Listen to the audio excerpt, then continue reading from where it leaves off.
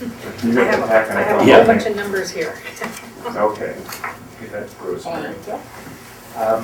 Keith asked me to come and talk a little bit about our local public safety coordinating council meeting we had on Thursday. Okay.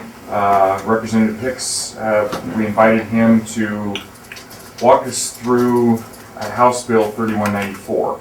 Okay. And he did that with the help of Kimberly Daly with the Oregon Judicial Department, was on the phone, and she was very helpful. She was able to just kind of summarize each section of this bill. The bottom line is that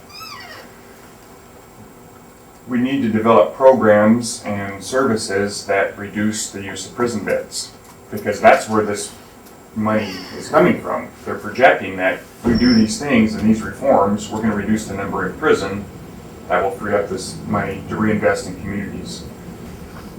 If you look on page 26 of the bill, it talks about the Justice Reinvestment Program.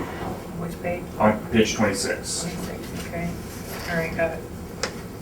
And this outlines some of the rules around this money, although they haven't been developed yet. This is the baseline.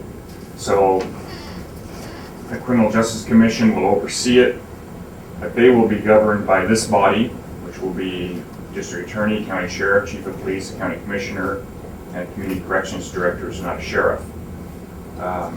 So that will be the body that kind of looks over the Criminal Justice Commission. And if you look on page 28, it says, right, subsection or parentheses 6, funds distributed under this section must be spent on the provision of community-based sanctions, services, and programs other than jails. Maybe we set up a treatment pod in a jail, Jackson County Jail, maybe our jail, I don't know. And everybody comes together to make this pod work, and then we have 2, 3, 4 beds in which we could rent or use for somebody to, while they're doing their 90 days jail, that they get treatment, intensive treatment while they're there, which is something we don't have. I think that's a very good idea. And that might be something we could do regionally because we have space. Yeah. Curry does not have space. Yeah. You know, that would be something we could work with Mm-hmm. 3 or 4 counties to, you would have more than just 2. You know, Right. You'd have half a dozen people with intensive treatment using our facility. Yeah. And at the end of the biennium, CJC and this commission put together will go back and say, was it worth it? Did we accomplish what we wanted to? Were we able to reduce prison beds?